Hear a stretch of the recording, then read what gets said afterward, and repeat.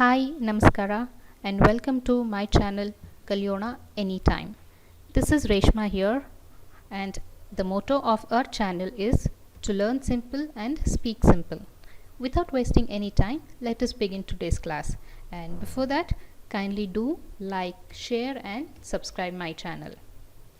Well, I believe that you all have watched my previous videos and English concepts ಮತ್ತು English techniques ಬಗ್ಗೆ ಆ language ಹೇಗೆ use ಮಾಡ್ತಾರೆ, ಹೇಗೆ ಡಿಸೈನ್ ಆಗಿದೆ, ಇದ್ರ ಬಗ್ಗೆ ನೀವು ಸ್ವಲ್ಪ ನಾಲೆಡ್ಜ್ ಬಂದಿದೆ ಅಂತ ನಾನು ಅನ್ಕೋತೀನಿ. ಇವತ್ತಿನ ಕ್ಲಾಸ್ ತುಂಬ ಇಂಟ್ರೆಸ್ಟಿಂಗ್ ಆಗಿರುತ್ತೆ ಆ್ಯಂಡ್ ಇನ್ಮೇಲಿಂದ ನನ್ನ ವೀಡಿಯೋಸಲ್ಲಿ ತುಂಬ ಟಿಪ್ಸ್ ಮತ್ತು ಸಜೆಷನ್ಸ್, ಅಡ್ವೈಸಸ್, ಬೆಸ್ಟ್ ಟೆಕ್ನಿಕ್ಸ್ ಎಲ್ಲ ನಾನು ಹೇಳ್ತಾ ಹೋಗ್ತೀನಿ. So I would advise you to watch the video completely. Okay, English language ಅಂದ ತಕ್ಷಣ ನಿಮಗೆ ತುಂಬ ಜನ ಸಜೆಷನ್ಸ್ ಕೊಟ್ಟಿರ್ತಾರೆ. ಕೆಲವರು ಹೇಳ್ತಾರೆ ದಿನ ಇಂಗ್ಲೀಷ್ ಪೇಪರ್ ಓದಿ, ಕೆಲವರು ಹೇಳ್ತಾರೆ ಇಂಗ್ಲೀಷ್ ಬುಕ್ಸ್ ಓದಿ, ಇಂಗ್ಲೀಷ್ ಮೂವೀಸ್ ನೋಡಿ, ಇಂಗ್ಲೀಷ್ ಚಾನೆಲ್ಸ್ ನೋಡಿ, ಯಾವ್ದು ಹೊಸ ವರ್ಡ್ಸ್ ಕೇಳ್ಕೊತೀರಾ ಎಲ್ಲ ಬುಕ್ಕಲ್ಲಿ ಬರ್ಕೊಳ್ಳಿ, ಮೀನಿಂಗ್ಸ್ ನೋಡ್ಕೊಳ್ಳಿ, ಯೂಸ್ ಮಾಡಿ ಅಂತ ತುಂಬ ಟೆಕ್ನಿಕ್ಸ್ ಇದೆ. ಬಟ್ ನಮಗೊಂದು ಕ್ವೆಶ್ಚನ್ ಮತ್ತು ಕನ್ಫ್ಯೂಷನ್ ಬರುತ್ತೆ, ಇಷ್ಟೊಂದು ಟೆಕ್ನಿಕ್ಸ್ ಇದೆಯಲ್ಲ, ಎಲ್ಲಿಂದ ಸ್ಟಾರ್ಟ್ ಮಾಡೋದು, ಯಾವ ಪಾಯಿಂಟಿಂದ ಶುರು ಮಾಡೋದು, ಹೇಗೆ ಕಲಿಯೋದು? ಇದು ಒಂದು ಕಾಮನ್ ಕನ್ಫ್ಯೂಷನ್ ಇಂಗ್ಲೀಷ್ ಲ್ಯಾಂಗ್ವೇಜ್ ಕಲಿಯೋರು ಎಲ್ರಿಗೂ ಇದ್ದೇ ಇರುತ್ತೆ. ಸೊ ಈ ಎಲ್ಲ ಕನ್ಫ್ಯೂಷನ್ಸ್ ಇವತ್ತು ನಿಮಗೆ ಕ್ಲಿಯರ್ ಆಗುತ್ತೆ ಈ ವಿಡಿಯೋ ಫುಲ್ ನೋಡಿದ್ರೆ. ನಾವು ಎಲ್ಲಿಂದ ಸ್ಟಾರ್ಟ್ ಮಾಡಬೇಕು?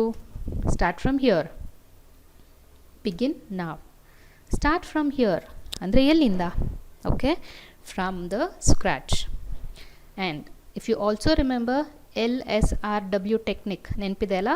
Listen, speak, read, write. ನಮ್ಗೆ ಆಲ್ರೆಡಿ ಇಂಗ್ಲೀಷ್ ಓದಕ್ಕೆ ಬರುತ್ತೆ, ಬರೆಯೋಕ್ಕೆ ಬರುತ್ತೆ. We are only struggling a little. ಸ್ವಲ್ಪ ಕಷ್ಟಪಡ್ತಾ ಇರೋದು ಎಲ್ಲಿ? ನಾವು ಮಾತಾಡೋದ್ರಲ್ಲಿ. ಸೊ ನಾವು ಓದೋದು ಬರೆಯೋದು ಆಲ್ರೆಡಿ ಗೊತ್ತಿರೋದ್ರಿಂದ ನಾವಿವಾಗ ಮಾತಾಡೋದ್ರ ಮೇಲೆ ಫೋಕಸ್ ಮಾಡಬೇಕು. ಆ್ಯಂಡ್ ನಾವು ಮಾತಾಡೋದಕ್ಕೆ ಮುಂಚೆ ನಮ್ಗೆ ಇನ್ನೊಂದೇನು ಪ್ರಿಪ್ರೇಷನ್ ಬೇಕು? ನಾವು ಕೇಳಿಸ್ಕೋಬೇಕು ಚೆನ್ನಾಗಿ. So start from here. ನೀವು ಮಾತಾಡ್ತಿದ್ದೀರಾ ಅಲ್ಲಿ ಎಲ್ಲಿ ನಿಮಗೆ ಇಂಗ್ಲೀಷ್ ಕೇಳಿಸುತ್ತೆ, ನೀವು ಅಲ್ಲಿಂದ ಸ್ಟಾರ್ಟ್ ಮಾಡಬೇಕು. ಅಗೇನ್ ಎಲ್ಲದಕ್ಕೂ ಒಂದು ಪ್ರೊಸೀಜರ್ ಇರುತ್ತೆ, ಒಂದು ಸ್ಟೆಪ್ ಇರುತ್ತೆ. ಸೊ ಡೋಂಟ್ ವರಿ, ಇವತ್ತಿಂದ ನೀವು ಸಿಂಪಲ್ ಟೆಕ್ನಿಕ್ಸ್ನ ಯೂಸ್ ಮಾಡಿ ಸ್ವಲ್ಪ ಸ್ವಲ್ಪ ಇಂಪ್ರೂವ್ ಮಾಡ್ತಾ ಹೋಗಿ. Improvement should not be big. Improvement need not necessarily be big. Improvement ಅಂದರೆ ದೊಡ್ಡದಾಗಿ ಕಾಣಿಸ್ಬೇಕಾಗಿಲ್ಲ. ಚಿಕ್ಕ ಚಿಕ್ಕ ಕನ್ಫ್ಯೂಷನ್ ನೀವು ಕ್ಲಾರಿಫೈ ಮಾಡಿಕೊಂಡ್ರೆ ಕೂಡ ಅದು ನಿಮ್ಮ ಇಂಪ್ರೂವ್ಮೆಂಟೇ. ಸೊ ಅದ್ರ ಬಗ್ಗೆ ಗಮನ ಕೊಡಿ. Okay, so I would say start learning and speaking English from here, from the point where you decide you want to learn. ಈ ಕ್ಷಣ ನೀವು ಇಂಗ್ಲೀಷ್ ಕಲಿಬೇಕು ಅಂತ ಡಿಸೈಡ್ ಮಾಡಿದ್ರೆ ಎಸ್, ಈಗಲಿಂದಾನೇ ಶುರು ಮಾಡಿ, ಇಲ್ಲಿಂದಾನೇ ಶುರು ಮಾಡಿ. ಬಟ್ ಇನ್ನೊಂದು ವಿಷಯ ಹೇಳ್ತೀನಿ ಕೇಳಿ, ಯಾವುದೇ ಭಾಷೆ ಕಲಿಯೋದು ಅಷ್ಟು ಸುಲಭ ಅಲ್ಲ. ಈಸಿಯಾಗಿ ಇವತ್ತು ನಾನೊಂದು ಬುಕ್ ಓದಿದೆ ಇಂಗ್ಲೀಷ್ ಬಂದುಬಿಡುತ್ತೆ, ಅಥವಾ ಇನ್ನೊಂದು ನಾನು ಬುಕ್ ಓದ್ತೀನಿ ಹಿಂದಿ ಬರುತ್ತೆ, ಖಂಡಿತ ಆ ಥರ ಅಲ್ಲ. ನಮ್ಮೆಲ್ರಿಗೂ ಗೊತ್ತು, ನಾವು ಇಷ್ಟು ಜನ ಕನ್ನಡ ಮಾತಾಡ್ತೀವಿ ಅಂದರೆ ಆಲ್ಮೋಸ್ಟ್ ಒಂದು 15 ವರ್ಷ ಅಟ್ಲೀಸ್ಟ್ ನಾವು ಕನ್ನಡ ಕೇಳಿಸ್ಕೊಂಡಿರ್ತೀವಿ, ಕನ್ನಡ ಮಾತಾಡಿರ್ತೀವಿ. ಹಾಗಾಗಿ ಒಂದು ಭಾಷೆ ಈಸಿಯಾಗಿ ಬರುತ್ತೆ. ಸಿಮಿಲರ್ಲಿ ಇಲ್ಲಿ ನಾವು ಕೆಲವು ಡಿಸಿಪ್ಲಿನ್ನ ಫಾಲೋ ಮಾಡಬೇಕಾಗತ್ತೆ. ಏನದು? Follow these regularly. ಏನೇನು ಮಾಡಬೇಕು? B disciplined. ಡಿಸಿಪ್ಲಿನ್ ಅಂದರೆ ಒಂದು ಶಿಸ್ತು. ಎಸ್, ನಾನೊಂದು ಭಾಷೆ ಕಲಿತೀನಿ, ಪ್ರತಿದಿನ ಕಲಿತೀನಿ. ನಾನು ಎಷ್ಟೊತ್ತಿಗೆ ಕಲಿಬೇಕು, ಎಷ್ಟು ಕಲಿಬೇಕು, ಯಾವ ಅವರ್ ಫೋಕಸ್ ಮಾಡಬೇಕು? 2 ಥರ ಇರುತ್ತೆ. ನಾನು ಪ್ರತಿದಿನ ಕಲಿಬೇಕು ಅಂದ್ಬಿಟ್ಟು ಸುಮ್ಮನೆ ವಿಡಿಯೋ ಕೇಳಿಸ್ಕೊಳ್ಳೋದು ಅಥವಾ ಸುಮ್ಮನೆ ಬುಕ್ ಓದೋದು. ದಿನ ಓದ್ತಾ ಇರ್ತೀವಿ ಬುಕ್, ಬಟ್ ನಮ್ಮ ಬ್ರೈನಲ್ಲಿ ಏನೂ ನಿಂತ್ಕೋತಾ ಇಲ್ಲ. ಹಾಗಾಗಿ ಒಂದು ಡಿಸಿಪ್ಲಿನ್ನ ಮೇಂಟೈನ್ ಮಾಡಬೇಕಾಗತ್ತೆ. And set aside a fixed time. ಈಗ ಹೇಗೆ ನಾವು ಊಟ ಮಾಡಬೇಕಾದ್ರೆ ಮಧ್ಯಾಹ್ನ ನೀವು ಆಫೀಸಲ್ಲಿದ್ದರೆ ಲಂಚ್ ಅವರ್ ಅಂತ ಏನಕ್ಕೆ ಒಂದು ಡೆಡಿಕೇಟೆಡ್ ಟೈಮ್ ಕೊಡ್ತಾರೆ? Because you should get use to it. So set aside a fixed time. So ಒಂದು ನಿಮ್ಮ ಕನ್ವೀನಿಯೆಂಟ್ ಸ್ಕೆಡ್ಯೂಲಲ್ಲಿ ಒಂದು ಟೈಮ್ನ ಎತ್ತಿಡಿ. It can be in the morning, ಸಂಜೆ ಆದರೂ ಸರಿ, ಮಲ್ಗಕ್ಕೆ ಹೋಗೋಕ್ಕೆ ಮುಂಚೆ ಆದರೂ ಸರಿ, ಒಂದು ಅರ್ಧ ಗಂಟೆ 1 ಗಂಟೆ ಬರೀ ನಾನು ಇಂಗ್ಲೀಷ್ ಮೇಲೆ ಮಾತ್ರ ಫೋಕಸ್ ಮಾಡ್ತೀನಿ. ಈ ಅರ್ಧ ಗಂಟೆ 1 ಗಂಟೆಲಿ ನಾನು ಏನೂ ಬೇರೆ ಮಾಡಲ್ಲ. ಆ ಥರ ಒಂದು ಟೈಮ್ನ ಸ್ಕೆಡ್ಯೂಲ್ ಮಾಡಿ. ನಾವು make notes, which is very very important. Extremely simple and effective technique is to make notes. Right? ಒಂದು ಪೆನ್ ಪೇಪರ್ ಖಂಡಿತ ಇಟ್ಕೊಳ್ಳಿ. ಇನ್ಮೇಲೆ ನನ್ನ ವೀಡಿಯೋಸ್ ನೋಡಬೇಕಾದ್ರೆ ಇನ್ನು ಮುಂದೆ ಬರೋ ವೀಡಿಯೋಸಲ್ಲಿ ತುಂಬ ಸಿಂಪಲ್ ಟೆಕ್ನಿಕ್ಸ್ ಹೇಳ್ಕೊಡ್ತೀನಿ. ನಿಮ್ಗೆ ಕನ್ಫ್ಯೂಸಿಂಗ್ ವರ್ಡ್ಸ್ ತುಂಬ ಇದೆ ಇಂಗ್ಲೀಷಲ್ಲಿ. ಇದನ್ನೆಲ್ಲ ಈಸಿಯಾಗಿ ಹೇಗೆ ಅರ್ಥ ಮಾಡ್ಕೊಳ್ಳೋದು ಆ್ಯಂಡ್ ಈಸಿಯಾಗಿ ಹೇಗೆ ಯೂಸ್ ಮಾಡೋದು ಅನ್ನೋದನ್ನು ಹೇಳ್ತೀನಿ. ಸೊ ಒಂದು ಚಿಕ್ಕ ನೋಟ್ ಪ್ಯಾಡ್ ಅಥವಾ ಒಂದು ಬುಕ್ ಇಟ್ಕೊಳ್ಳಿ. ರೈಟ್? And B punctual. ಒಂದಿನ ಮಾಡಿ ಇನ್ನೊಂದು ದಿನ ಬಿಡಬೇಡಿ. ಆ್ಯಂಡ್ ಫಸ್ಟ್ ಏನಾದರೂ ಕೇಳಿಸ್ಕೊಂಡಾಗ ಅಥವಾ ಈ ವಿಡಿಯೋ ಕೇಳಿಸ್ಕೋಬೇಕಾದ್ರೆ ಕಂಪ್ಲೀಟ್ ವಿಡಿಯೋ ಒಂದು ಸಲ ಸುಮ್ಮನೆ ಕೇಳಿಸ್ಕೊಳ್ಳಿ, ಏನೂ ಡಿಸ್ಟರ್ಬೆನ್ಸ್ ಇಲ್ಲದೆ. ಸೆಕೆಂಡ್ ಟೈಮ್ ನೀವು ಕೇಳಿಸ್ಕೊಂಡಾಗ ಆ ಬುಕ್ ಮತ್ತು ಪೆನ್ ಇಟ್ಕೊಂಡು ನಿಮ್ಗೆ ಯಾವ್ಯಾವ ಪಾಯಿಂಟ್ಸ್ ಇಂಪಾರ್ಟೆಂಟ್ ಅನಿಸುತ್ತೆ, ಯಾವ್ಯಾವ ವರ್ಡ್ ಇಂಪಾರ್ಟೆಂಟ್ ಅನಿಸುತ್ತೆ, ಹೇಗೆ ನೋಟ್ಸ್ ಮಾಡ್ಕೋಬೇಕು, ನಿಮಗೆ ಹೇಗೆ ಅರ್ಥ ಆಗುತ್ತೋ ಹಾಗೆ ನೋಟ್ಸ್ ಮಾಡ್ಕೊಳ್ಳಿ. ನಿಮ್ಮ ನೋಟ್ಸ್ ನೀವು ಓದಿದ್ರೆ ನಿಮ್ಗೆ ಈಸಿಯಾಗಿ ಅರ್ಥ ಆಗಬೇಕು. ಓಕೆ, ಅದು ನಿಮ್ಮ ಪ್ರಿಫರೆನ್ಸಸ್, ನಿಮ್ಮ ಚಾಯ್ಸ್. ನೀವು ಪಾಯಿಂಟ್ ವೈಸ್ ಬರ್ಕೋತಿರೋ ಅಥವಾ ಕನ್ನಡದಲ್ಲಿ ಬರ್ಕೋತಿರೋ, that is left to you, but do make notes. Okay, and ಈ ಒಂದು ಜರ್ನಿಯಲ್ಲಿ ನೀವು ನಾನು ಪರ್ಫೆಕ್ಟಾಗಿ ಮಾತಾಡ್ತೀನಾ, ಮಿಸ್ಟೇಕ್ಸ್ ಮಾಡ್ತೀನಾ ಅಥವಾ ಮಿಸ್ಟೇಕ್ಸ್ ಮಾಡಬಾರ್ದು, ನಾನು ಮಿಸ್ಟೇಕ್ ಮಾಡಿಬಿಟ್ರೆ ಏನಾಗುತ್ತೆ, ಈ ಥರ ಯೋಚನೆ ಮಾಡಬೇಡಿ. Enjoy the journey, enjoy the process of learning. ನೀವು ಲರ್ನಿಂಗ್ ಪ್ರಾಸೆಸ್ನ ಎಂಜಾಯ್ ಮಾಡಿ. ಆಗ ನಿಮಗೆ ಈಸಿಯಾಗಿ ನಿಮ್ಮ ಅರಿವಿಲ್ದೇ ನಿಮ್ಮ ಇಂಗ್ಲೀಷ್ ಲ್ಯಾಂಗ್ವೇಜ್ನ ತುಂಬ ಚೆನ್ನಾಗಿ ಬ್ಯೂಟಿಫುಲ್ಲಾಗಿ ಮಾತಾಡ್ತೀರಾ, ಟ್ರಸ್ಟ್ ಮೀ. ಪ್ಲಸ್ ನೀವು ಕಾನ್ಫಿಡೆಂಟಾಗಿ ಮಾತಾಡ್ತೀರಾ, ಬರೀ ಬ್ಯೂಟಿಫುಲ್ ಆಗಲ್ಲ, ತುಂಬ ಕಾನ್ಫಿಡೆಂಟಾಗಿ ಫ್ಲೂಯೆಂಟಾಗಿ ಮಾತಾಡ್ತೀರಾ. So always enjoy the journey, do not think about the destination. ಇವಾಗ ಇದು ಕಲಿತಾ ಇದ್ದೀನಿ, ಇದು ಕಲಿತ್ರೆ ನಾಳೆ ಮಾತಾಡ್ಬಿಡ್ತೀನಾ, ಅಥವಾ ಇವತ್ತು ನಾನು ಇಂಗ್ಲೀಷ್ ಕಲ್ತ್ಬಿಟ್ಟಿದ್ದೀನಿ, ನಾನು ಒಂದು 500 ಜನದ ಮುಂದೆ ಮಾತಾಡ್ತೀನಾ, ಅದೆಲ್ಲ ನಮ್ಮ ಇಂಟೆನ್ಷನ್. ನಮ್ಮ ಇಂಟೆನ್ಷನ್ ಎಲ್ಲೇ ಇರಲಿ ಸಿಂಪಲ್ ಮೆಥಡಲ್ಲಿ ಸಿಂಪಲ್ಲಾಗಿ ನಮ್ಮ ಒಪಿನಿಯನ್ಸ್ನ ಕನ್ವೆ ಮಾಡೋಕ್ಕಾಗತ್ತಾ, ಸದ್ಯಕ್ಕೆ ಅಷ್ಟೇ ನಮ್ಮ ಗೋಲ್ ಆಗಿರಬೇಕು. All right, so I repeat, enjoy the journey and do not think about the destination. Okay, now as I said, as we all know, English is a foreign language and we are learning it as second language. So ಸ್ವಲ್ಪ differences ಇದ್ದೇ ಇರುತ್ತೆ. ನಾವು ಮಾತಾಡೋ ಇಂಗ್ಲೀಷ್ಗೂ foreigners ಮಾತಾಡೋ ಇಂಗ್ಲೀಷ್ಗೂ ಸ್ವಲ್ಪ differences ಇದ್ದೇ ಇರುತ್ತೆ, but the language concept is the same. Okay, so English ಲ್ಯಾಂಗ್ವೇಜಲ್ಲಿ 26 ಲೆಟರ್ಸ್ ಇದೆ. ಆಲ್ಫಬೆಟ್ ಅಲ್ಲ, 26 ಲೆಟರ್ಸ್. ಈ 26 ಕಂಪ್ಲೀಟ್ ಸೆಟ್ನ ನಾವು ಆಲ್ಫಬೆಟ್ ಅಂತೀವಿ. ಈ 26 ಲೆಟರ್ಸ್ನ ಒಂದು ಕಾಂಬಿನೇಷನ್ ಮಾಡಿದ್ರೆ ನಾವು ವರ್ಡ್ಸ್ ಮಾಡ್ತೀವಿ. A to Z ಅಂದಿರೋ ಲೆಟರ್ಸ್ನ ಒಂದೊಂದೇ ತೊಗೊಂಡು ಒಂದು ಸಿಸ್ಟಮ್ಯಾಟಿಕ್ ಒಂದು ಫಾರ್ಮ್ಯಾಟಲ್ಲಿ ಅರೇಂಜ್ ಮಾಡಿದಾಗ ನಮಗೆ ಪದಗಳು ಸಿಗುತ್ತೆ. Okay, so there are many words in English. 1 letter word, 2 letter word, 3 letter word, 4 letter word. ಅಂದರೆ ಒಂದು ವರ್ಡಲ್ಲಿ ಎಷ್ಟು ಲೆಟರ್ ಇದೆ. ಈಗ ಇಂಗ್ಲೀಷಲ್ಲಿ ಎಷ್ಟು ಲೆಟರ್ ಇದೆ? ENGLISH, 7 letter word. ಸೊ ನಿಮ್ಮ ವೊಕ್ಯಾಬ್ಲರಿ ಇಂಪ್ರೂವ್ ಆಗಬೇಕಂದ್ರೆ ಈ ಥರ 1 letter word, 2 letter word, 3 letter word, ಈ ಥರ ಎಷ್ಟು ವರ್ಡ್ಸ್ ಗೊತ್ತು ನೀವು ಅದನ್ನು ಲಿಸ್ಟ್ ಮಾಡ್ಕೋಬೋದು. ಅಫ್ಕೋರ್ಸ್ ನೀವು ಇಂಗ್ಲೀಷೆಲ್ಲ ಚೆನ್ನಾಗಿ ಅರ್ಥ ಮಾಡ್ಕೊಳ್ಳೋರಿಗೆ ತುಂಬ ವರ್ಡ್ಸ್ ಇರುತ್ತೆ, but at least you should be able to identify the letters in word. ಇದು ನಮ್ಮ ಪದಗಳು. ಈ ಥರ ಮಾಡಿದಾಗ we get a list of English words. ಈಗ ಈ ವರ್ಡ್ಸ್ನ ಇಟ್ಕೊಂಡು ಸೆಂಟೆನ್ಸಸ್ ಹೇಗೆ ಮಾಡ್ತೀವಿ? ಎಸ್, ನಮಗೆ 1 ಲೆಟರ್ ವರ್ಡ್ ಇರುತ್ತೆ, 4 ಲೆಟರ್, 5 ಲೆಟರ್, ಎಷ್ಟೊಂದು ವರ್ಡ್ಸ್ ಇದೆ. ಒಂದೊಂದು ವರ್ಡ್ನ ತೊಗೊಂಡು ಸರಿಯಾದ ಜಾಗದಲ್ಲಿ ನಾವು ಪ್ಲೇಸ್ ಮಾಡಿದಾಗ we get A sentence. Okay, and ಇಂಗ್ಲೀಷಲ್ಲಿ ಸೆಂಟೆನ್ಸ್ ಅಂದರೆ ಒಂದು ವಾಕ್ಯ. ಈಗ ನಾವು ಏನೇ ಮಾತಾಡಿದ್ರೂ ಕೂಡ ಅದು ವಾಕ್ಯಗಳೇ ಆಗಿರುತ್ತೆ, ರೈಟ್? ಸೊ ನಾವು ಕನ್ನಡದಲ್ಲಿ ಒಂದು ವಾಕ್ಯ ಮಾಡಿದಾಗ ಅದು ಅರ್ಥ ಕೊಡಬೇಕು.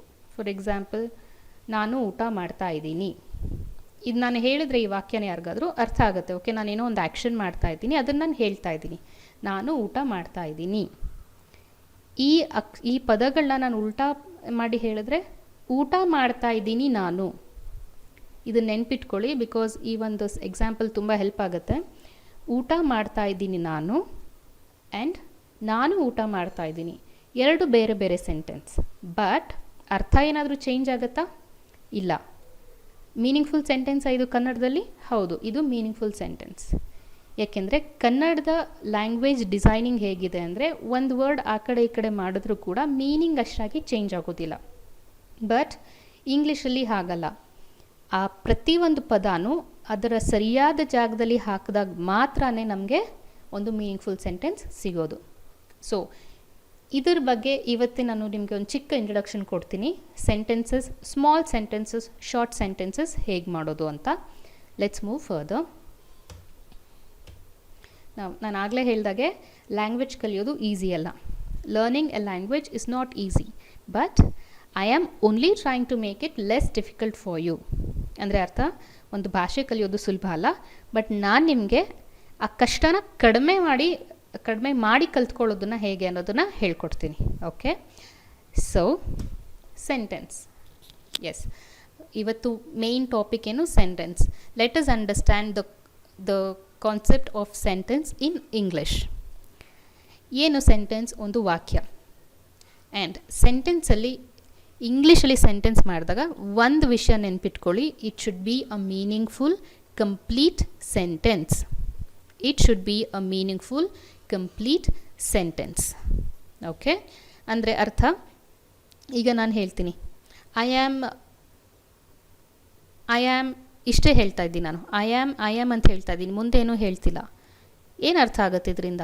It is incomplete sentence. ಅಲ್ಲಿ ಪದಗಳಿದೆ, ಬಟ್ ಆ ವಾಕ್ಯ ಪರಿಪೂರ್ಣ ಆಗಿಲ್ಲ.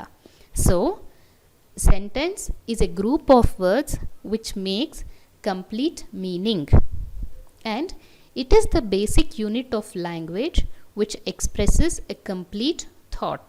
ಅಂದರೆ ಒಂದು ಪರಿಪೂರ್ಣವಾದ ಆಲೋಚನೆಯನ್ನು ಒಂದು ಪರಿಪೂರ್ಣವಾದ ವಾಕ್ಯದಿಂದ ಹೇಳೋದನ್ನೇ ಇಂಗ್ಲೀಷಲ್ಲಿ ಸೆಂಟೆನ್ಸ್ ಅಂತ ಹೇಳ್ತಾರೆ.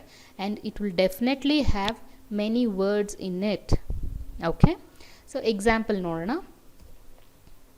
ಇಲ್ಲಿ ನಿಮಗೆ ಕೆಲವು ವರ್ಡ್ಸ್ ಕಾಣ್ತಾ ಇದೆ. ಇಲ್ಲಿ ಪ್ರತಿಯೊಂದು ಅಕ್ಷರಗಳಲ್ಲಿ ಇರೋದು ಕೂಡ like it is a word. Rose is a word, flower is a word, beautiful, is, a, ಇದೆಲ್ಲನೂ ವರ್ಡ್ಸೇ. ನೆನ್ಪಿಟ್ಕೊಳ್ಳಿ, ಆ ಎ ಅನ್ನೋದಿದೆಯಲ್ಲ, ಎ ಮತ್ತು ಐ ಅನ್ನೋದು it is the smallest one letter word. A ಮತ್ತು ಐ ಅನ್ನೋದು it is the smallest one letter word in English. ಬರೀ ಒಂದೇ ಅಕ್ಷರ, ಆದರೆ ಅದು ಒಂದು ಪದ ಕೂಡ ಆಗುತ್ತೆ. ಓಕೆ, ಈಗ rose, flower, beautiful, is, A, ನಾನು ವರ್ಡ್ಸ್ ಹೇಳ್ತಾ ಇದ್ದೀನಿ, ಬಟ್ ಅದರಲ್ಲಿ ಏನಾದರೂ ಮೀನಿಂಗ್ ಇದೆಯಾ? ಇಲ್ಲ. ಸೊ ಮೀನಿಂಗ್ಫುಲ್ ಸೆಂಟೆನ್ಸ್ ಆಗಬೇಕಂದ್ರೆ ನಾವು ಆ ವರ್ಡ್ಸ್ನ ಸರಿಯಾದ ಜಾಗದಲ್ಲಿ ಪ್ಲೇಸ್ ಮಾಡಬೇಕಾಗತ್ತೆ. ಪ್ಲೇಸ್ ಅಂದರೆ ಅದು ಜಾಗಕ್ಕೆ ಸರಿಯಾಗಿ ಅದನ್ನು ಹೊಂದಿಸ್ಬೇಕಾಗತ್ತೆ. Let's see what is a meaningful sentence in this. Rose is a beautiful flower. Okay, next example. Friends and Hari are Ram. ಇಲ್ಲೇನೋ ಸ್ವಲ್ಪ ಕನ್ಫ್ಯೂಸ್ ಆಗುತ್ತೆ. ಓಕೆ, ಫ್ರೆಂಡ್ಸ್ ಅಂತಾರೆ, ಆ್ಯಂಡ್ ಅಂತಾರೆ, ಹರಿ ಅಂತಾರೆ, ಸ್ವಲ್ಪ ಕನ್ಫ್ಯೂಸಿಂಗ್. ಕಂಪ್ಲೀಟ್ ಮೀನಿಂಗ್ ನಮಗೆ ಸಿಗೋದಿಲ್ಲ. Ram and Hari are friends ಈ ಥರ ಹೇಳಿದ್ರೆ ನೋಡಿ, ಓಕೆ, ರಾಮ್ ಮತ್ತು ಹರಿ ಸ್ನೇಹಿತರು. ಕನ್ನಡದಲ್ಲಿ ನೋಡಿ, ರಾಮ್ ಮತ್ತು ಹರಿ ಸ್ನೇಹಿತರು. ರಾಮ್ ಆ್ಯಂಡ್ ಹರಿಗೆ ರಾಮ ಮತ್ತು ಹರಿ ಅಂತ ಹೇಳ್ತೀವಿ. ಫ್ರೆಂಡ್ಸ್ ಅಂದರೆ ಸ್ನೇಹಿತರು. ಆರ್ ಅನ್ನೋ ಒಂದು ಹೊಸ ವರ್ಡ್ ಬರ್ತಾ ಇದೆ, ರೈಟ್? ನಿಮಗೆ ನೆನಪಿದೆಯಾ? ನಾನು ಲಾಸ್ಟ್ ವಿಡಿಯೋಸಲ್ಲೂ ಹೇಳಿದ್ದೆ, ಎಕ್ಸಾಕ್ಟ್ ನಿಮ್ಮ ಮದರ್ ಲ್ಯಾಂಗ್ವೇಜಿಂದ ಇಂಗ್ಲೀಷ್ಗೆ ಟ್ರಾನ್ಸ್ಲೇಟ್ ಮಾಡಬೇಡಿ. ಯಾಕೆ ಅಂದರೆ ಈ ಥರ ಎಕ್ಸ್ಟ್ರಾ ವರ್ಡ್ಸ್ ಇಂಗ್ಲೀಷಲ್ಲಿ ಬರುತ್ತೆ. ಆ್ಯಂಡ್ ಎಕ್ಸ್ಟ್ರಾ ವರ್ಡ್ಸ್ ಹಾಕಿದ್ರೇ ಇಂಗ್ಲೀಷಲ್ಲಿ ಅದು ಪ್ರಾಪರ್ ಲ್ಯಾಂಗ್ವೇಜ್ ಆಗೋದು. ಓಕೆ, ಈ ಎರಡರಲ್ಲೂ ಒಂದು ವಿಷಯ ಅಬ್ಸರ್ವ್ ಮಾಡಿ. ನಾವೊಂದು ಮೇಯ್ನ್ ವಸ್ತು ಬಗ್ಗೆ ಮಾತಾಡ್ತಾ ಇದ್ದೀವಿ, ಅದ್ರ ಜೊತೆ ಅದ್ರದ್ದೊಂದು ಸ್ಟೇಟ್. ಈಗ ಮೇಯ್ನ್ ವಸ್ತು ಫಸ್ಟ್ ಎಕ್ಸಾಂಪಲಲ್ಲಿ rose is a beautiful flower. ಯಾವುದ್ರ ಬಗ್ಗೆ ಮಾತಾಡ್ತಾ ಇದ್ದೀವಿ? ರೋಸ್. ಏನಾಗಿದೆ rose?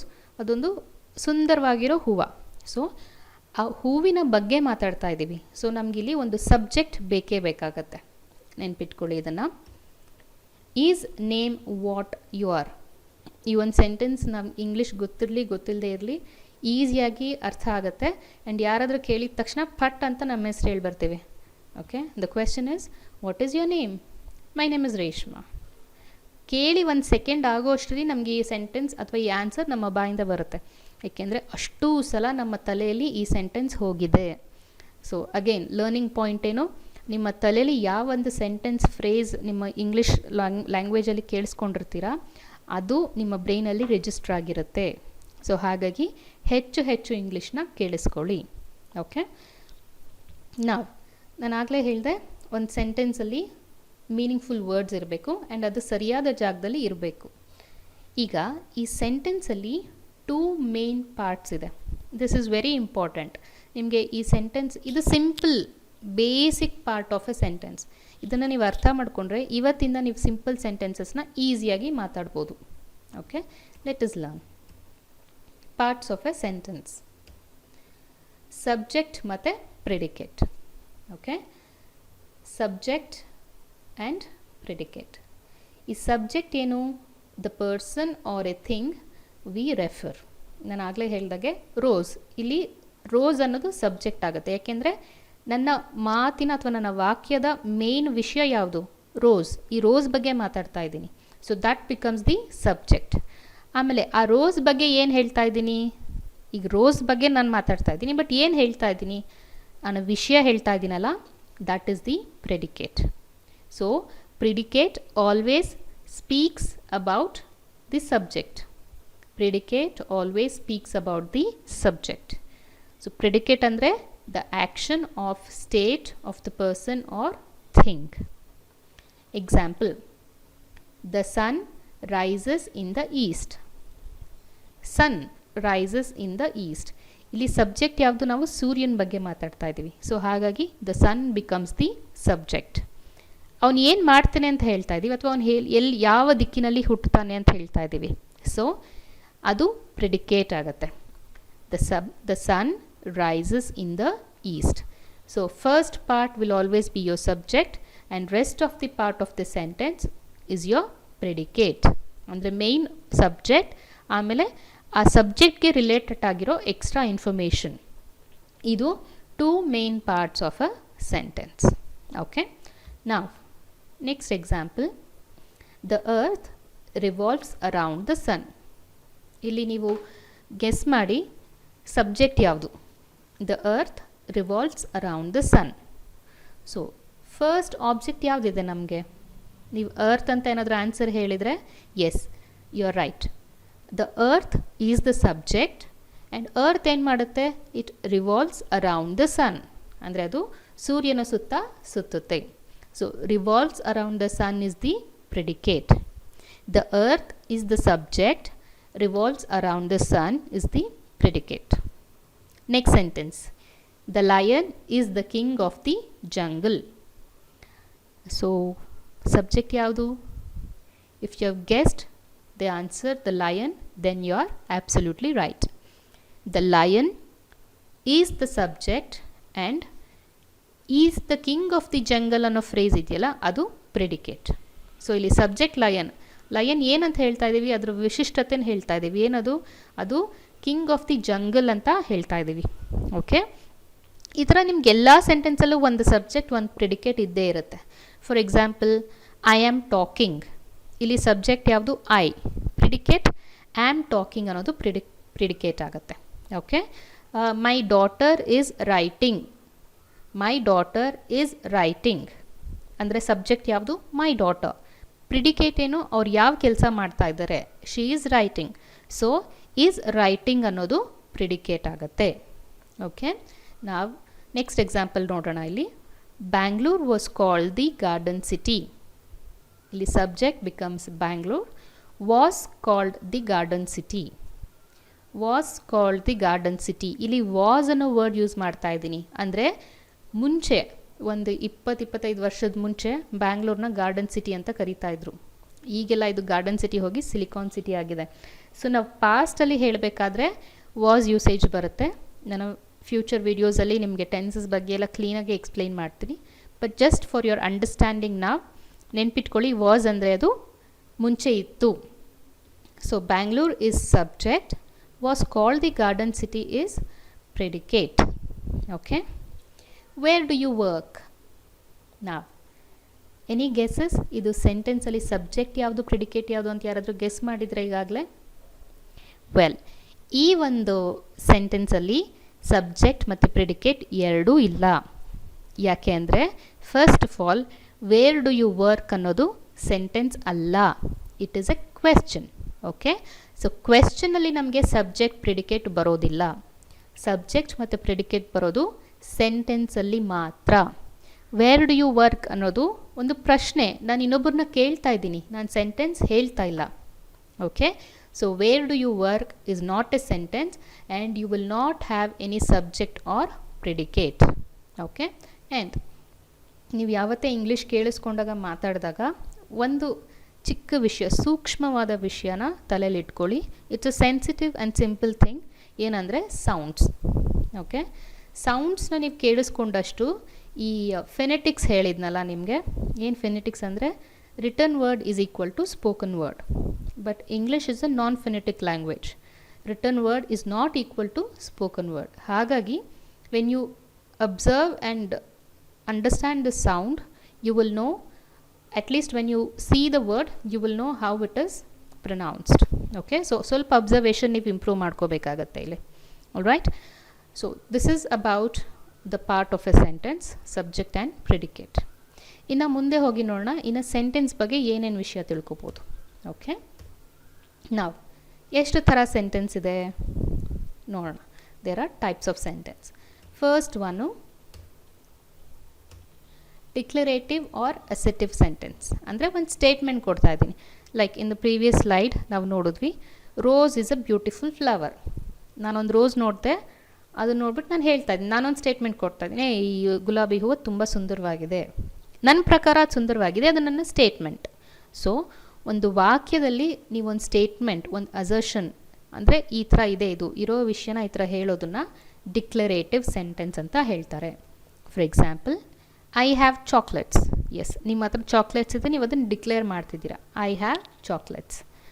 I have a car. Okay, ಅಥವಾ ಐ ಆಮ್ ಹ್ಯಾಪಿ, ಇದು ನಾನು ಖುಷಿಯಾಗಿದ್ದೀನಿ, ನಾನು ಅದನ್ನು ಡಿಕ್ಲೇರ್ ಮಾಡ್ತಾ ಇದ್ದೀನಿ, ನಾನು ಖುಷಿಯಾಗಿರೋದನ್ನು ಡಿಕ್ಲೇರ್ ಮಾಡ್ತಾ ಇದ್ದೀನಿ. ಹಾಗಾಗಿ ಅದನ್ನು ಡಿಕ್ಲರೇಟಿವ್ ಸೆಂಟೆನ್ಸ್. ಅಂದರೆ ನಿಮ್ಮ ಎಮೋಷನ್ಸ್ನ ನೀವು ಸ್ಟೇಟ್ಮೆಂಟ್ ಥರ ಹೇಳ್ತೀರಾ, ಅಥವಾ ಇರೋ ಫ್ಯಾಕ್ಟ್ಸ್ನ ನೀವು ಸ್ಟೇಟ್ಮೆಂಟ್ ಥರ ಹೇಳ್ತೀರಾ. These are called declarative sentence. She runs. Radha sings. Radha ಹಾಡ್ತಾಳೆ, ಆ ಹುಡುಗಿ ಓಡ್ತಾಳೆ. ಇವನು ಡ್ಯಾನ್ಸ್ ಮಾಡ್ತಾನೆ, ಹೀ ಡಾನ್ಸಸ್. ನಾನು ಅಡುಗೆ ಮಾಡ್ತೀನಿ, I cook. These are all statement. Okay, and ಸೆಂಟೆನ್ಸ್ನ ನೀವು ಎಂಡ್ ಮಾಡಬೇಕು ಅಂದರೆ ರೈಟಿಂಗಲ್ಲಿ ನೀವು ಫುಲ್ ಸ್ಟಾಪ್ ಇಡಲೇಬೇಕು. ಇದನ್ನು ಪಂಕ್ಚುಯೇಷನ್ಸ್ ಅಂತ ಹೇಳ್ತಾರೆ, ಫುಲ್ ಸ್ಟಾಪ್ ಇಡಲೇಬೇಕು. Next, interrogative sentence. Any sentence that asks a question and must end with a question mark. So ಸ್ವಲ್ಪ ನೀವು ವಿಡಿಯೋ ಬೇಕಾದ್ರೆ ಬ್ಯಾಕ್ ಹೋಗ್ಬಿಟ್ಟು ಎಕ್ಸಾಂಪಲ್ಸ್ ನೋಡಿ. ವೇರ್ ಡು ಯು ವರ್ಕ್, ನಾನು ಹೇಳಿದೆ ಆಗಲೇ, it is not a sentence, it is a question. Because ನಾನು ಪ್ರಶ್ನೆ ಮಾಡ್ತಾ ಇದ್ದೀನಿ, ಅದು ವಾಕ್ಯ ಅಲ್ಲ, ಅದು ಪ್ರಶ್ನೆನೇ.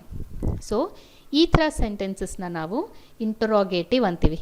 ಇಂಟರೋಗೇಟಿವ್ ಅಂದ್ರೇ ನೀವು ಪ್ರಶ್ನೆ ಮಾಡೋದು. ಆ್ಯಂಡ್ ನೀವು ಪ್ರಶ್ನೆ ಮಾಡಬೇಕಾದ್ರೆ ನಿಮ್ಮ ಸೆಂಟೆನ್ಸ್ ಎಂಡ್ ಆಗಬೇಕಾಗಿರೋದು ಕ್ವೆಶ್ಚನ್ ಮಾರ್ಕಿಂದ. Okay, so examples of interrogative: where are the books, how is the weather, why is the baby crying. See, ಇದೆಲ್ಲನೂ ನಾನು ಪ್ರಶ್ನೆ, I am asking questions. Where are the books. ನಾವು ಈ ಕ್ವೆಶನ್ಗೆ ನಿಮ್ಮ ಆನ್ಸರ್ ಏನಿರುತ್ತೆ, ಇದು ಸ್ಟೇಟ್ಮೆಂಟ್ ಆಗಿರುತ್ತೆ. The books are on the table. How is the weather? The weather is beautiful. Why is the baby crying? The baby is hungry. See, ಇದೆಲ್ಲನೂ ನಿಮಗೆ declarative sentence. ನಿಮ್ಮ ಆನ್ಸರ್ಸ್ ಇಂಟರೋಗೇಟಿವ್ ಸೆಂಟೆನ್ಸ್ಗೆ ಏನಿರುತ್ತೆ ಅದೆಲ್ಲ ಡಿಕ್ಲರೇಟಿವ್ ಸೆಂಟೆನ್ಸ್ ಆಗುತ್ತೆ. Okay, ಈಗ ನೋಡಿ, ಒಂದು technique ಹೇಳ್ಕೊಡ್ತೀನಿ ನಿಮಗೆ. ಇಂಟರೋಗೇಟಿವ್, ಈ ವರ್ಡ್ ನಿಮಗೆ ಕನ್ಫ್ಯೂಸ್ ಆದರೆ ಹೆಂಗಪ್ಪ ಇದು ನೆನ್ಪಿಟ್ಕೊಳ್ಳೋದು, ಇಂಟರೋಗೇಟಿವ್ನ ಕ್ವೆಶ್ಚನ್ ಅಂತ ಹೇಳ್ತಾರೆ ಅಂತ. ನೀವು ಪೊಲೀಸ್ ಬಗ್ಗೆ ಎಲ್ಲಾದರೂ ಕೇಳಿದಾಗ, ಅಥವಾ ಪೊಲೀಸರು ಯಾರಾದರೂ ಒಂದು ಕೇಸ್ ಫೈಲ್ ಮಾಡಿ ಪೊಲೀಸ್ ಸ್ಟೇಷನ್ಗೆ ಹೋದಾಗ ಕ್ರಿಮಿನಲ್ಸ್ಗೆ ಏನು ಮಾಡ್ತಾರೆ, ಅವರು ಇಂಟರೋಗೇಟ್ ಮಾಡ್ತಾರೆ. Remember the word police interrogation. Interrogation ಅಂದರೆ ಏನು? ಪ್ರಶ್ನೆಗಳನ್ನ ಕೇಳ್ತಾರೆ. ಏನು, ಯಾಕೆ, ಎಲ್ಲಿ, ಯಾವಾಗ, ಯಾರು ಹೋಗಿದ್ರು, ಯಾರ ಜೊತೆ ಹೋಗಿದ್ದೆ, ಏನು ಮಾಡಿದೆ, ಎಷ್ಟೊತ್ತಿಗೆ ಹೋದೆ. So they ask many questions. So the process of enquiring is called interrogation. ಅಂದರೆ ಅಲ್ಲಿ ಕ್ವೆಶ್ಚನ್ ಮಾಡ್ತಾರೆ. ಸೊ ನೀವು ಅಲ್ಲಿ ರಿಲೇಟ್ ಮಾಡ್ಕೋಬೋದು ಸ್ವಲ್ಪ ಈ ಒಂದು ವರ್ಡ್ನ ನೆನ್ಪಿಟ್ಕೊಳ್ಳೋಕ್ಕೆ. ಇಂಟರೋಗೇಟಿವ್ ಸೆಂಟೆನ್ಸ್ ಅಂದರೆ it is a question.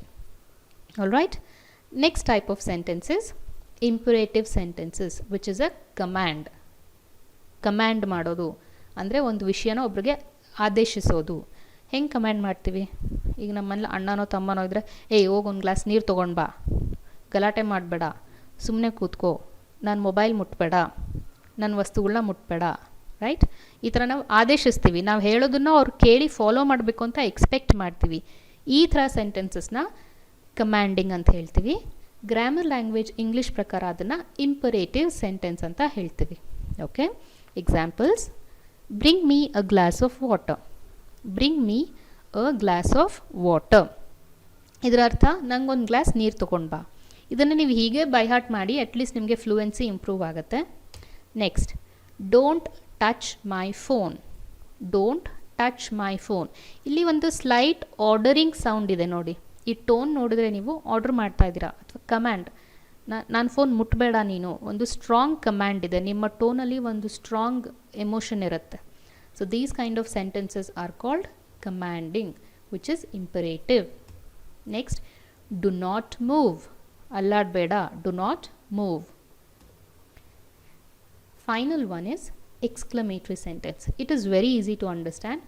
A sentence that expresses strong feeling and usually has exclamatory mark. ಇದು ನಿಮ್ಮ ಎಮೋಷನ್ಸ್, ನಿಮ್ಮ ಫೀಲಿಂಗ್ಸ್, ಖುಷಿಯಾದಾಗ, ಬೇಜಾರಾದಾಗ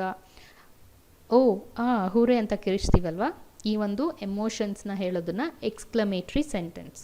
ಓಕೆ, ಆ್ಯಂಡ್ ಎಕ್ಸ್ಕ್ಲಮೇಟ್ರಿ ಸೆಂಟೆನ್ಸ್ ಅಂತ ನೀವು ಬರೆದಾಗ ಅಥವಾ ಓದಬೇಕಾದ್ರೆ ಅದು ಎಕ್ಸ್ಪ್ರೆಷನ್ ಹೇಗೆ ಕೊಡಬೇಕು ಅಂತ ಅರ್ಥ ಆಗೋದು ಈ ಒಂದು ಎಕ್ಸ್ಕ್ಲಮೇಟ್ರಿ ಮಾರ್ಕಿಂದ. Example, how fast he runs.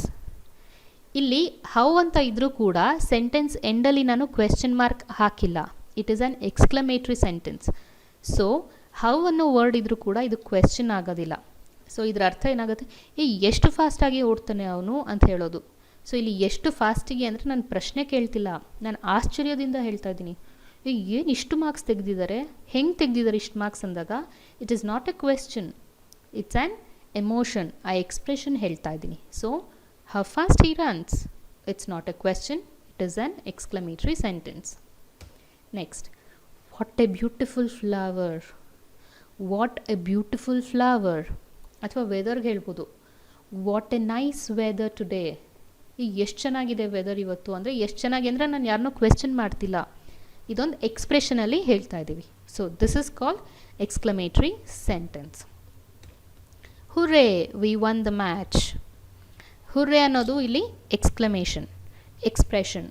ಯಾರಾದರೂ ಏನಾದರೂ ಮ್ಯಾಚ್ ಗೆದ್ದಾಗ ಎಷ್ಟು ಖುಷಿ ಪಡ್ತೀವಿ. Particularly India, if India wins any match we feel very happy. So hurray, it's an expression to celebrate success or victory. So these are 4 types of sentences. ಇವತ್ತಿಂದ ನೀವು practice ಮಾಡಿ. ಚಿಕ್ಕ sentences like bring my mobile phone, give me your phone number, take my book, I will watch television. ಈ ಥರ ಚಿಕ್ಕ sentences ಮಾಡಿಬಿಟ್ಟು ಆ sentence ಯಾವ ಕ್ಯಾಟಗರಿಲಿ ಬರುತ್ತೆ ನೀವೇ ಡಿಫ್ರೆನ್ಷಿಯೇಟ್ ಮಾಡ್ಕೊಳ್ಳಿ, ಕ್ಲಾಸಿಫೈ ಮಾಡ್ಕೊಳ್ಳಿ. ಇದರಿಂದ ನಿಮಗೆ ಸೆಂಟೆನ್ಸ್ ಯೂಸೇಜ್ ನಿಮಗೆ ಅರ್ಥ ಆಗುತ್ತೆ, ಫ್ಲೂಯೆನ್ಸಿ ಡೆವಲಪ್ ಆಗುತ್ತೆ, ಆ್ಯಂಡ್ ಆಲ್ಸೋ ನಿಮ್ಮ ಸೆಂಟೆನ್ಸ್ ಸ್ಟ್ರಕ್ಚರ್ ಮೇಲೆ ನಿಮಗೆ ಕಾನ್ಫಿಡೆನ್ಸ್ ಬರುತ್ತೆ. ಆ್ಯಸ್ ಎ ಸೆಡ್, ತುಂಬ ಹೋಮ್ವರ್ಕ್ ಮಾಡಬೇಕಾಗತ್ತೆ. ಏಕೆಂದರೆ ಇಲ್ಲಿ ಇಂಗ್ಲೀಷಲ್ಲಿ ಬರೋ ಎಲ್ಲ ವರ್ಡ್ಸ್, ಎಲ್ಲ ಸೆಂಟೆನ್ಸಸ್ನ ನಾನು ಪ್ರಾಕ್ಟಿಕಲಾಗಿ ವಿಡಿಯೋ ಮಾಡಿ ತೋರಿಸೋಕ್ಕೆ it is highly impossible. So ನಿಮ್ಮ ಪ್ರಾಕ್ಟೀಸ್ ತುಂಬ ಮ್ಯಾಟರ್ ಆಗುತ್ತೆ. The more you practice, the more you can learn easily. So again I repeat, types of sentences, there are 4 types: declarative or assertive, ಇದು ಎರಡು ಒಂದೇ. Next is interrogative, which is question, imperative ಅಂದರೆ command, exclamatory ಅಂದರೆ expressions. Okay, now ಇದು sentences ಬಗ್ಗೆ ಕಲ್ತ್ಕೊಂಡ್ವಿ. It's a very small topic. ಇನ್ನು ಇಂಗ್ಲೀಷ್ನ ತುಂಬ ಕಾನ್ಫಿಡೆಂಟಾಗಿ ಮಾತಾಡಬೇಕು ಆ್ಯಂಡ್ ಆ ಕಾನ್ಸೆಪ್ಟನ್ನ ನೀವು ಅರ್ಥ ಮಾಡ್ಕೋಬೇಕಾದ್ರೆ ಕೆಲವನ್ನ ಅರ್ಥ ಮಾಡ್ಕೊಳ್ಳೇಬೇಕು, ಟೆಕ್ನಿಕಲ್ ಆಸ್ಪೆಕ್ಟ್ಸ್ನ ತಿಳ್ಕೊಳ್ಳೇಬೇಕು. ಸೊ ಫ್ಲೂಯೆಂಟಾಗಿ, ತುಂಬ ಕಾನ್ಫಿಡೆಂಟಾಗಿ, ಯಾವುದೇ ಒಂದು ಹೆಸಿಟೇಷನ್ ಇಲ್ಲದೆ, ಯಾರೇ ಡೌಟ್ಸ್ ಕೇಳಿದ್ರು ಅಥವಾ ತಪ್ಪು ಅಂತ ಹೇಳಿದ್ರು you can justify your English, your language. ಅಂದರೆ ಕೆಲವನ್ನ ಕಲಿಬೇಕು. ಅದು ಯಾವುದು ಅಂದರೆ parts of speech. 8 parts of speech ಇದೆ. ಅಫ್ಕೋರ್ಸ್ ನಿಮಗೆ ಇದೆಲ್ಲ ಗೊತ್ತೇ ಇರುತ್ತೆ. Noun, pronoun, verb, adjective, adverb, preposition, conjunction and interjection. ಈ ನೌನಲ್ಲಿ ತುಂಬ ಟೈಪ್ಸ್ ಇದೆ, ಈ ಪ್ರೊನೌನಲ್ಲಿ ತುಂಬ ಟೈಪ್ಸ್ ಇದೆ, ವರ್ಬ್ ತುಂಬ ಇಂಪಾರ್ಟೆಂಟ್. ಓಕೆ, ಇದನ್ನೆಲ್ಲ ಡೀಟೇಲ್ಡಾಗಿ ನಾನು ಅಪ್ಕಮಿಂಗ್ ವೀಡಿಯೋಸಲ್ಲಿ ಕ್ಲಿಯರಾಗಿ ಸಿಂಪಲಾಗಿ ಎಕ್ಸ್ಪ್ಲೈನ್ ಮಾಡ್ತೀನಿ. ಸೊ ದಯವಿಟ್ಟು ವೀಡಿಯೋಸ್ನ ನೋಡಿ and schedule A fixed time as A set. Next, articles. A and the, ಇದು ಚಿಕ್ಕ ವರ್ಡ್ಸ್, ಇದು 3 ವರ್ಡ್ ಇರೋದು. ಬಟ್ ಇದ್ರ ಯೂಸೇಜ್ ನಮಗೆ ಅರ್ಥ ಆಗಿಬಿಟ್ರೆ ನಮ್ಮ ಫ್ಲೂಯೆನ್ಸಿಲಿ ನೀವು ತುಂಬ ಹ್ಯೂಜ್ ಡಿಫ್ರೆನ್ಸ್ ಕಾಣ್ಬೋದು. ನೀವು ಇವಾಗ ಮಾತಾಡ್ತಾ ಇರೋದಕ್ಕೂ ಈ ಆರ್ಟಿಕಲ್ಸ್ನ ಅರ್ಥ ಮಾಡ್ಕೊಂಡ್ಮೇಲೆ ನೀವು ಮಾತಾಡೋಕ್ಕೂ ಇಂಗ್ಲೀಷ್ನ you can find a huge difference. Along with this ತುಂಬ ಜನಕ್ಕೆ ಟೆನ್ಷನ್ ಆಗೋ ಒಂದು ಟಾಪಿಕ್ ಏನಂದರೆ tense. Yes, there are 12 tenses. Basically ಇರೋದು 3 tense: past tense, present tense, future tense. ಅಂದರೆ ಭೂತಕಾಲ, ವರ್ತಮಾನ ಕಾಲ, ಭವಿಷ್ಯತ್ ಕಾಲ. ಬಟ್ ಈ 3 ಟೆನ್ಸಲ್ಲೂ ಬೇರೆ ಬೇರೆ ಸಬ್ ಟೆನ್ಸಸ್ ಇದೆ. ಅಂದರೆ ಡಿಫ್ರೆಂಟ್ ಟೆನ್ಸ್ ಬರುತ್ತೆ, like continuous tense, perfect tense ಅಂತ. ಇದನ್ನು ಕೂಡ ಸಿಂಪಲ್ಲಾಗಿ ಹೇಳ್ಕೊಡ್ತೀನಿ ನಾನು. Only thing is please make notes and be confident. Okay, so ಇದಿಷ್ಟು ನನ್ನ ಅಪ್ಕಮಿಂಗ್ ವೀಡಿಯೋಸಲ್ಲಿ ಬರುವಂಥ ಇಂಪಾರ್ಟೆಂಟ್ ಟಾಪಿಕ್ಸ್. ಆ್ಯಂಡ್ ಇದು 3 ಲೆವೆಲಲ್ಲಿ ಯೂಸ್ ಮಾಡ್ತೀವಿ. ಬಿಗಿನರ್ಸ್ ಯಾವ ಥರ ಈ ಪಾರ್ಟ್ಸ್ ಆಫ್ ಸ್ಪೀಚ್ ಯೂಸ್ ಮಾಡ್ತಾರೆ, ಆರ್ಟಿಕಲ್ಸ್ ಯೂಸ್ ಮಾಡ್ತಾರೆ, ಟೆನ್ಸ್ ಯೂಸ್ ಮಾಡ್ತಾರೆ. ಆ್ಯಂಡ್ ಸ್ವಲ್ಪ ಮೀಡಿಯೇಟ್ರಿ ಲೆವೆಲಲ್ಲಿ ಹೇಗಿರುತ್ತೆ, ಅಡ್ವಾನ್ಸ್ ಲೆವೆಲಲ್ಲಿ ಹೇಗಿರುತ್ತೆ. ಸೊ ಅಡ್ವಾನ್ಸ್ ಲೆವೆಲಲ್ಲಿ ಯೂಸ್ ಮಾಡೋದು ಅಂದರೆ ಈಗ ತುಂಬ ನೀವು ಕ್ರಿಕೆಟ್ ಮ್ಯಾಚಸ್ ಎಲ್ಲ ನೋಡಿದ್ರೆ ಅವರು ಅಡ್ವಾನ್ಸ್ಡ್ ಲೆವೆಲ್ ವರ್ಡ್ಸ್ನ ಯೂಸ್ ಮಾಡ್ತಾರೆ. ಅದು ಸ್ವಲ್ಪ ಹೈಲಿ ಎಫೆಕ್ಟಿವ್ ವರ್ಡ್ಸ್ ಅಂತ. ಸೊ ಎಲ್ಲನೂ ನಾನು ಹೇಳ್ತಾ ಹೋಗ್ತೀನಿ, but let us take baby steps. ಪುಟ್ಟ ಹೆಜ್ಜೆ ತೊಗೊಂಡು ಒಂದೊಂದೇ ಕಾನ್ಸೆಪ್ಟ್ ಅರ್ಥ ಮಾಡ್ಕೊಳ್ಳೋಣ. ಸೊ ನಿಮ್ಗೆ ಯಾವತ್ತು ನಿಮಗೆ ಫೌಂಡೇಶನ್ ಸ್ಟ್ರಾಂಗ್ ಇರುತ್ತೆ, ನೆಕ್ಸ್ಟ್ ನೀವು ಅದಾದಮೇಲೆ ಎಷ್ಟು ಬೇಕಾದರೂ ಬಿಲ್ಡ್ ಮಾಡ್ಬೋದು. Okay, so this is the information that I have got for you today. So please do go back and watch the videos once again. ನಿಧಾನಕ್ಕೆ ನೋಡಿ, ನೋಟ್ಸ್ ಮಾಡ್ಕೊಳ್ಳಿ. ಓಕೆ, ನಾವು ಅಲಾಂಗ್ ವಿತ್ ದಿಸ್ ಈಗ ಲಾಸ್ಟಲ್ಲಿ ನಿಮಗೆ ಒಂದು ಇಂಟ್ರೆಸ್ಟಿಂಗ್ ಫ್ಯಾಕ್ಟ್ಸ್ ಅಬೌಟ್ ಇಂಗ್ಲೀಷ್ ಹೇಳ್ತೀನಿ. ನನ್ನ ಪ್ರತಿ ವಿಡಿಯೋಲು ಆದಷ್ಟು ನಾನು ಕುತೂಹಲಕಾರಿ ಮತ್ತು ಆಶ್ಚರ್ಯಕರವಾದ ವಿಷಯಗಳು ಲ್ಯಾಂಗ್ವೇಜ್ ಬಗ್ಗೆ ಹೇಳ್ತಾ ಹೋಗ್ತೀನಿ. ಇವತ್ತು ಇಂಗ್ಲೀಷಲ್ಲಿ ಒಂದು ಚಿಕ್ಕದು ಹೇಳ್ತೀನಿ, ಕೇಳಿಸ್ಕೊಳ್ಳಿ. Most common letter in English is the letter E. English ಮಾತಾಡಬೇಕಾದ್ರೆ ಒಂದು ಲೆಟರ್ ತುಂಬ ಯೂಸ್ ಮಾಡ್ತೀವಿ, ಅದು E. ABCDE, the 5th letter of the language. E ಅನ್ನೋದನ್ನು ತುಂಬ ಜಾಸ್ತಿ ಯೂಸ್ ಮಾಡ್ತೀವಿ. ಆ್ಯಂಡ್ ಈ ಇ ಅನ್ನೋ ಒಂದು ಅಕ್ಷರಕ್ಕೆ ತುಂಬ ಸೌಂಡ್ಸ್ ಇದೆ. ಸೌಂಡ್ಸ್ ಹೇಗೆ ಚೇಂಜ್ ಆಗುತ್ತೆ ಅಂದರೆ ಇಂಗ್ಲೀಷ್ ಅಲ್ಲಿ ಇ ಬರುತ್ತೆ. ಎಕನಾಮಿಕ್ಸ್ ವರ್ಡ್ ಇ ಇಂದ ಸ್ಟಾರ್ಟ್ ಆದ್ರೂ ಸೌಂಡ್ ಏನಿದೆ, ಎಕನಾಮಿಕ್ಸ್ ಎ ಸೌಂಡ್ ಇದೆ. ಸೊ ಈ ಥರದ್ದು ಸ್ವಲ್ಪ ನೀವು ಕೇಳಿಸ್ಕೋಬೇಕಾಗತ್ತೆ. ಆ್ಯಂಡ್ A to Z ಇಂದ 26 ಅಕ್ಷರ ಇದೆಯಲ್ಲ, ಈ 26 ಅಕ್ಷರನೂ ಬಳಸಿ ಒಂದು ವಾಕ್ಯ ಮಾಡ್ಬೋದು. ಪ್ರಾಪರ್ ಸೆಂಟೆನ್ಸ್ ಇದು. It is a meaningful sentence and a proper sentence. ಏನು ಗೊತ್ತಾ ಅದು? Here it comes. The quick brown fox jumps over the lazy dog. ಇದನ್ನು ನೀವು ಎಣಿಸಿದ್ರೆ ಅಥವಾ ಚೆಕ್ ಮಾಡಿದ್ರೆ ಎ ಇಂದ ಝೆಡ್ ತನಕ ಇರೋ 26 ಅಕ್ಷರ ಕೂಡ ಈ ಸೆಂಟೆನ್ಸಲ್ಲಿ ಇದೆ. And this is a proper and a meaningful sentence. Okay, ಈ ಥರ ಸೆಂಟೆನ್ಸ್ನ ಎಲ್ಲ ಒಂದು ಭಾಷೆಯ ಎಲ್ಲ ಅಕ್ಷರಗಳು ಇರೋ ಒಂದು ವಾಕ್ಯನ ಇದ್ದರೆ ಅದನ್ನು ಇಂಗ್ಲೀಷಲ್ಲಿ ಪ್ಯಾನ್ಗ್ರಾಮ್ ಅಂತ ಹೇಳ್ತಾರೆ.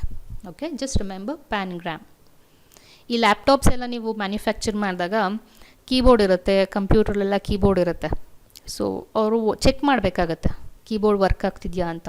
ಸೊ ಈ ಒಂದು ಸೆಂಟೆನ್ಸ್ನ ಟೈಪ್ ಮಾಡಿ ಚೆಕ್ ಮಾಡ್ತಾರೆ. ಈ ಒಂದು ಸೆಂಟೆನ್ಸ್ ಟೈಪ್ ಮಾಡಿದರೆ ಗೊತ್ತಾಗೋಗುತ್ತೆ ಎಲ್ಲ ಕೀಸ್ ವರ್ಕ್ ಆಗ್ತಿದೆಯಾ ಇಲ್ವಾ ಅಂತ.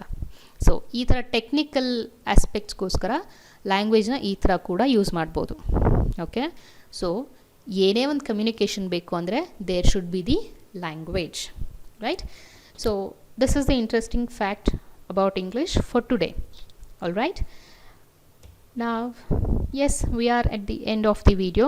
Hope this video was quite interesting and also informative. ಆದಷ್ಟು ನೀವು ಫುಲ್ ವಿಡಿಯೋನ ನೋಡಿ, ಸ್ಲೋ ಆಗಿ ನೋಡಿ, ಪಾಸ್ ಮಾಡ್ಕೊಳ್ಳಿ, ನೋಟ್ಸ್ ಮಾಡ್ಕೊಳ್ಳಿ. ರೈಟ್?